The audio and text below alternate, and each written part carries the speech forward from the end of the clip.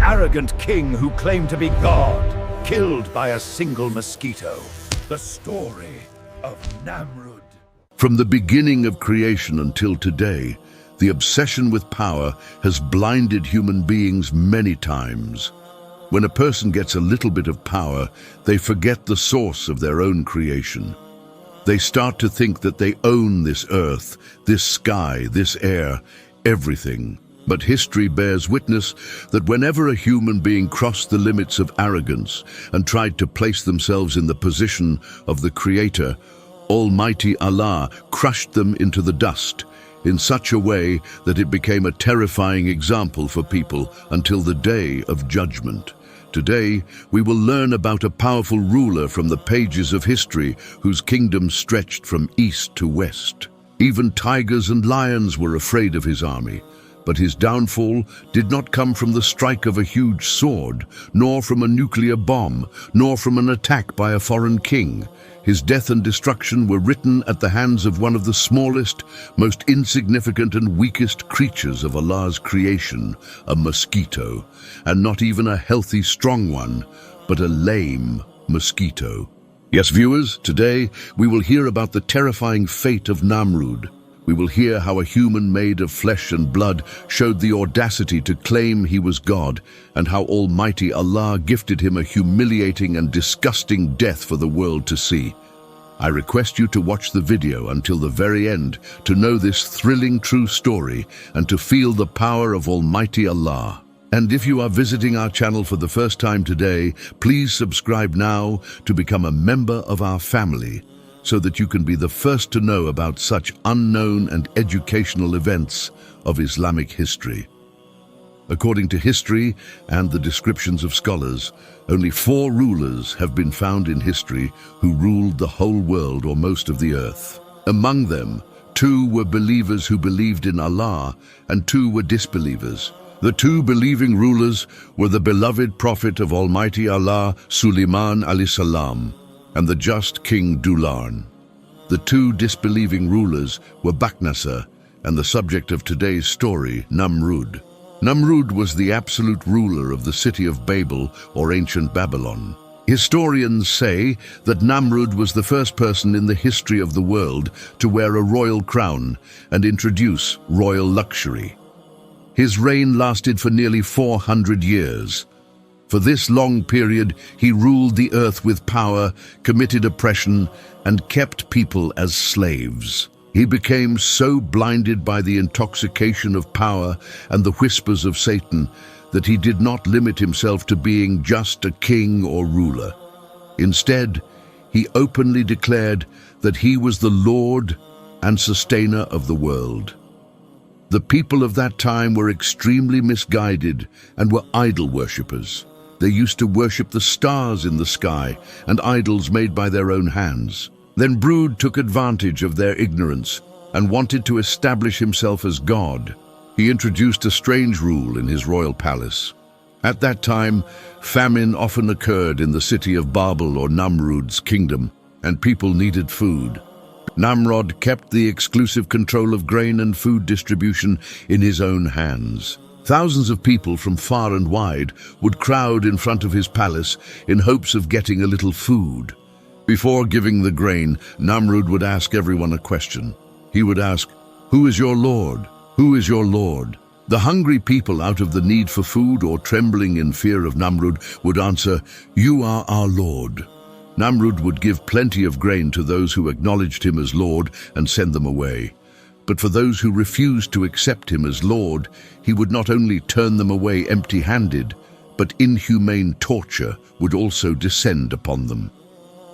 By establishing a reign of fear in this way, Namrud began to consider himself the possessor of all power. He thought there was no one in the heavens and the earth to challenge him. But he did not know that when the oppression of the oppressor reaches its limit, the time for Allah's help and judgment arrives. To guide this misguided nation to the right path and to expose the mask of Namrud's false claim, Almighty Allah sent a great man to the soil of Iraq at that time. He was none other than the father of the Muslim nation, the sincere bearer of monotheism, Ibrahim, Salam. Ibrahim. Isam Salam was a seeker of truth and a worshipper of the one Allah since his childhood. When he saw his nation worshipping stars and idols and Namrud claiming to be God, he stood up against their mistakes. He began to explain to people that Namrud is not a lord. He is just an ordinary human being like us. The owner of life and death is only Allah. The news of Ibrahim alayhis salam's preaching reached Namrud's ears as fast as the wind. Namrud was surprised and furious upon hearing this. In his kingdom, eating his food and living under his rule, who is this young man who dares to oppose him? The arrogant Namrud ordered Ibrahim alayhis salam to be brought to his court. They dare to defy me. Bring me their heads. Mobilize the legions immediately. I want their city burned by sunrise. Thus began a historical confrontation between truth and falsehood, which is still written in golden letters in the Holy Quran. Namrud's huge court was then packed with people, and standing in the middle of ministers, generals, and courtiers was a young man, Ibrahim alayhis salam. There was no fear in his eyes or face. Instead, there was a glowing light of faith. Iman Namrud asked him, "Who do you accept as Lord?" "My Lord is he who gives life and causes death." Namrud burst into loud laughter. He thought the matter of life and death was very simple. He could do that too. He arrogantly said, "I also give life and cause death." To prove his false claim, he immediately arranged a cruel drama. He ordered 2 prisoners to be brought from the jail. One was a prisoner sentenced to death whose death was certain. The other was completely innocent, who was supposed to live. Namrud said to the prisoner sentenced to death, "I forgive you, from today you are free," meaning he claimed he gave him life. Then he ordered the executioner to kill the innocent man. The executioner immediately severed his head. Namrud looked at Ibrahim alayhis salam, smiled a smile of victory and said, "Did you see? I can also give life and give death." Namrud's logic was extremely ridiculous and foolish. But Ibrahim alayhis salam knew that there was no point in arguing with this foolish ruler using ordinary logic. He had to give such an irrefutable argument that no human in this universe has the power to refute. So he changed the course of the debate and highlighted a huge sign of Almighty Allah's power.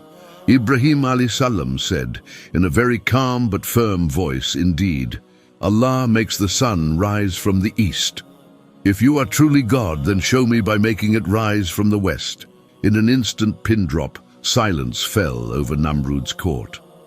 The Namrud who was boasting about being the owner of life and death just a moment ago became dumbfounded in front of this challenge to change the sun's path. No words came out of his mouth. In the Holy Quran, Almighty Allah describes this scene. Thus, the disbeliever was utterly silenced or confounded because no human has the power to change the inevitable laws of nature. No matter how great a king he may be, defeated in the battle of logic, Namrud's pride was severely hurt. He realized that it was not possible to defeat Ibrahim alayhis salam with words, but he did not have the moral courage to accept the truth. Instead, the devil inside him made him even more violent. He decided that he would declare war against the Lord, that Ibrahim alayhis salam was inviting people to. Then Brood told his courtiers, "I must reach Ibrahim's Lord.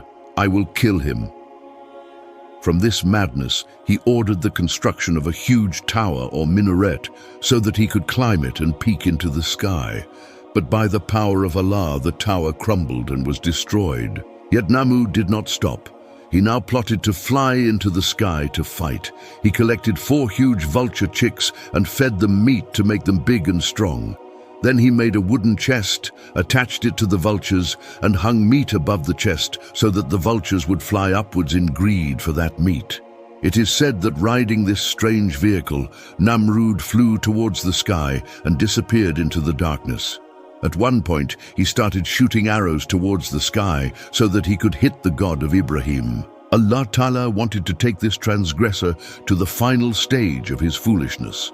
So when he shot an arrow towards the sky, By the order of Almighty Allah, that arrow returned down in a bloody state, perhaps hitting a bird or fish in the sky. Seeing the bloody arrow, Namrud became overwhelmed with joy. He came down and started boasting to his group, "I have come back after killing Ibrahim's god Naubila." When his audacity reached an unforgivable level, Allah Ta'ala decided to destroy him and his army completely. But Allah did not send any angels, nor did he send any thunderbolts from the sky. He wanted to punish this arrogant man with the weakest creature of his creation. Meanwhile, Ibrahim warned Namrud for the last time.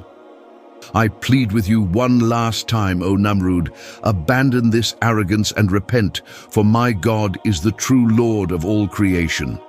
Otherwise, Allah's punishment will engulf you." But drunk on power, Namrud did not even listen to that warning. He said, "Who in the world has an army stronger than mine? Who will destroy me?"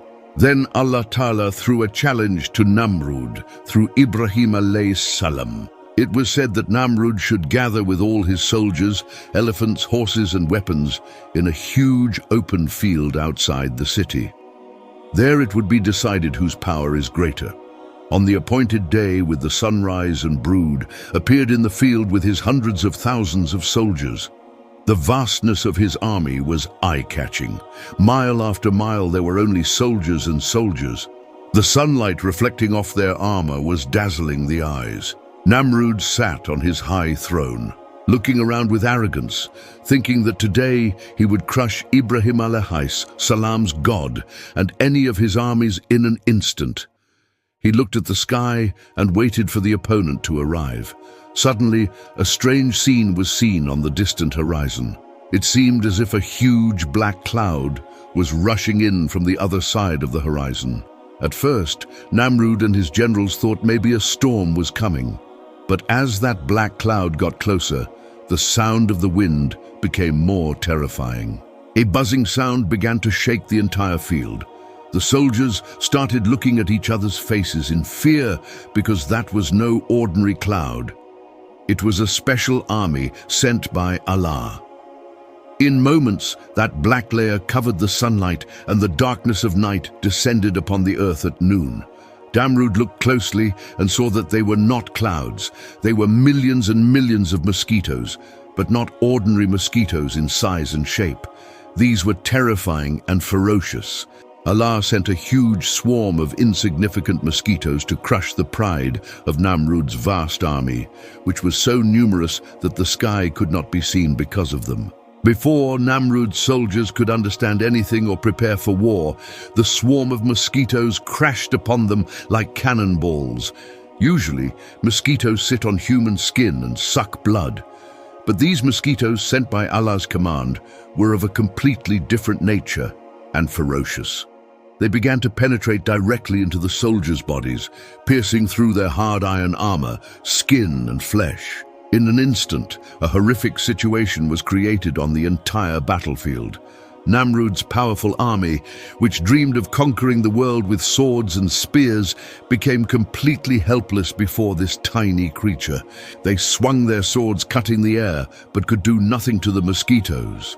The commentators Mufas and historians described that the mosquitoes entered the bodies through the soldiers' eyes, ears and nostrils, eating their brains and blood in such a way that within a short time a healthy, strong warrior would dry up and fall to the ground as a skeleton.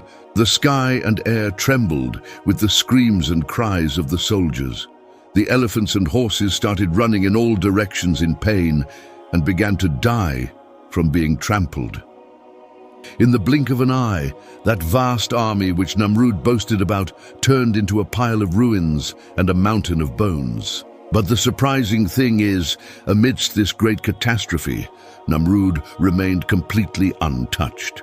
Thousands of people standing around him died, but not a single mosquito touched him. Allah did not want Namrud to die so easily or have an ordinary death. He wanted to give him such an exemplary punishment that would remain permanent in the pages of history and be a lesson for the oppressors of the future. Seeing his empire and power destroyed before his eyes, Namrud fled towards the palace in fear and panic. He thought maybe he had survived, maybe his luck was good, but he did not know that a special and unimaginable guest was waiting for him. According to various narrations, there was one mosquito in that huge army that was weak, lame, and had a broken wing. Because it could not fly fast with the other mosquitoes, it was flying in last very slowly.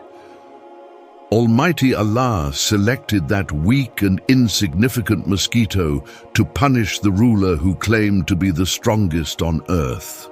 When Namrud returned to his palace and tried to catch his breath in relief, right then, by the command of Allah, that lame mosquito flew in and sat on the tip of Namrud's nose. Namrud got annoyed and tried to shoo it away with his hand, but the mosquito buzzed and came back to sit again.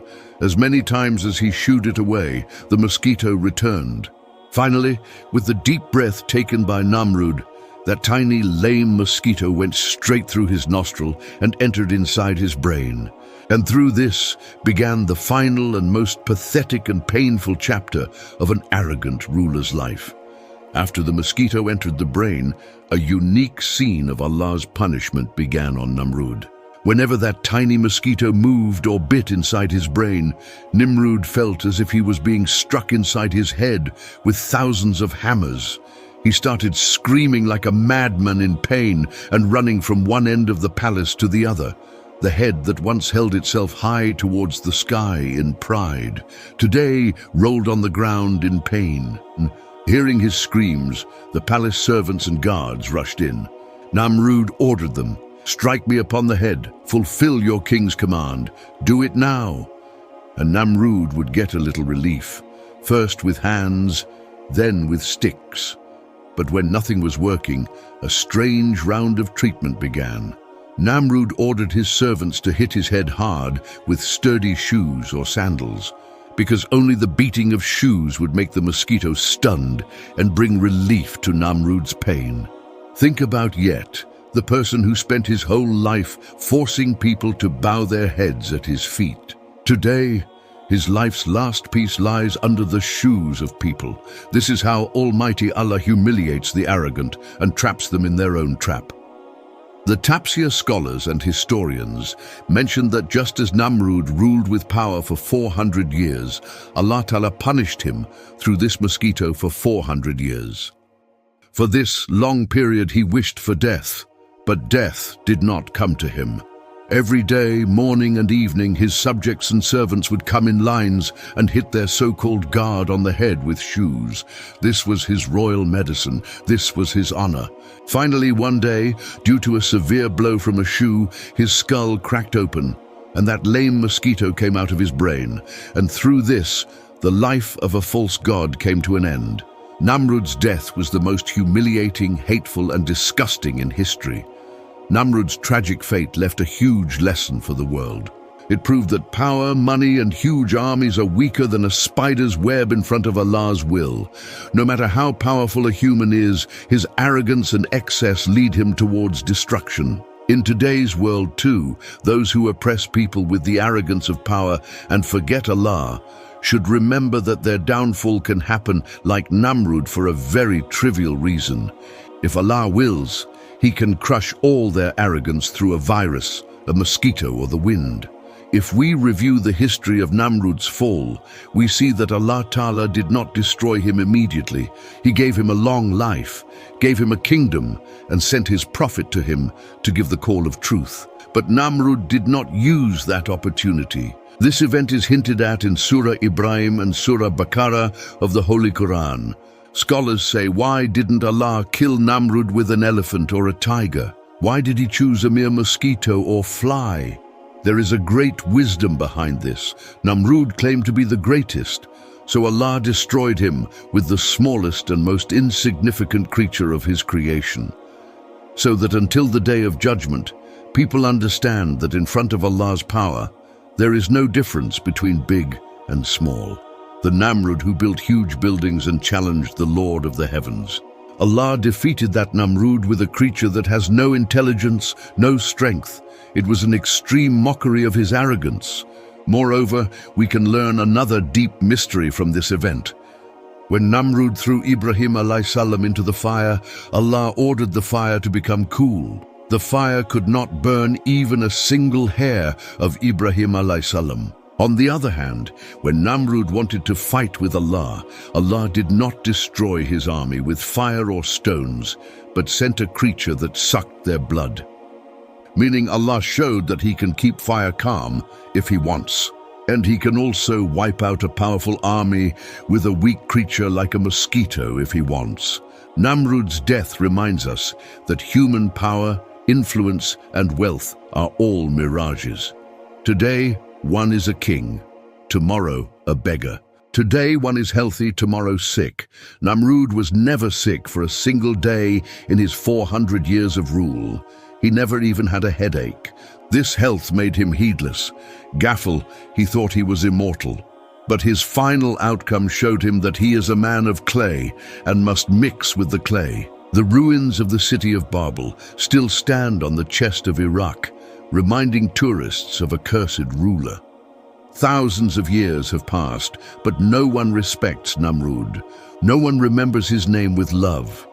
On the other hand, Ibrahim alayhi salam, who had no army, no royal palace, is honored by billions of people even after thousands of years. When his name is uttered, heads bow in respect. This is the victory of truth and the defeat of falsehood. From the story of Namrud, we can realize another amazing truth which strengthens our faith. Namrud tried to build a huge tower in the city of Babel with his immense wealth and thousands of workers known in history as the Tower of Babel. The sole purpose of building that skyscraper tower was to express his arrogance and to challenge the Lord of the heavens. But Allah Ta'ala turned that tower into dust and confused the language of the people of Babel. On the other hand, Almighty Allah ordered his close friend Ibrahim alayhi salam to build Allah's house, or the Kaaba Sharif, with simple stones in the uninhabited desert of Mecca, where there were no trees or water. Outwardly, Namrud's tower was much more magnificent, powerful, and expensive, and the house built by Ibrahim alayhi salam was very ordinary and simple. But looking at the results of history, what do we see today? No existence of Namrud's huge tower remains today.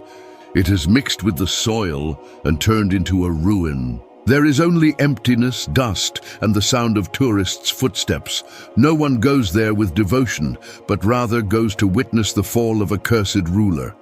Yet Allah Ta'ala has given such dignity and height to that simple house of Ibrahim alayhi salam, the holy Kaaba Sharif, that for thousands of years, millions of people around the world face that house and pray 5 times a day. Not only that people go crazy to rush from one end of the world to the other, just to see that house once and to perform Tor. This is the main difference between truth and falsehood. Namrud wanted to forcibly place himself on a high throne. So Allah brought him down to a level lower than an animal. And Ibrahim alayhi his salam completely surrendered himself to Allah and was humble. So Allah honored him in the heavens and the earth. Look at the sign of this honor. When we Muslims pray, our prayer is not complete until we recite Dur Ibrahim after the Tashahhud. Subhan Allah. Have you thought about it? Namrud wanted to wipe out the name of Ibrahim alayhi salam from the earth. And today, a believing Muslim prays for peace upon Ibrahim alayhi salam and his descendants, standing in prayer until the last day of his life. What greater victory can there be than this? Allah threw an arrogant ruler into the trash can of history, and Allah placed a sacrificing prophet in the jewel chamber of the world's heart. Therefore, the lesson for us from this event today is that honor and humiliation are solely in the hands of Allah. If anyone wants to get honor forcibly by the power of money or influence, their fall is inevitable like Namrud. And if anyone follows Allah's laws and becomes humble, Allah grants them high status like Ibrahim, salam in this world and the hereafter. May Almighty Allah grant us all the ability to stay away from arrogance like Namrud and to build our lives according to the ideals of Ibrahim alayhi salam. Ameen. So come, let us take a lesson from this fate of Namrud, admit our insignificance and surrender to the great Lord. May Allah protect us from all kinds of arrogance and shirk. If you liked the video, please give it a like and share it to give your friends a chance to know this educational event. Subscribe to our channel right now to know more such thrilling and true stories of Islamic history. See you in the next video. Until then, stay well, stay healthy. Allah give Jannatul Firdaus. Every person say Amin.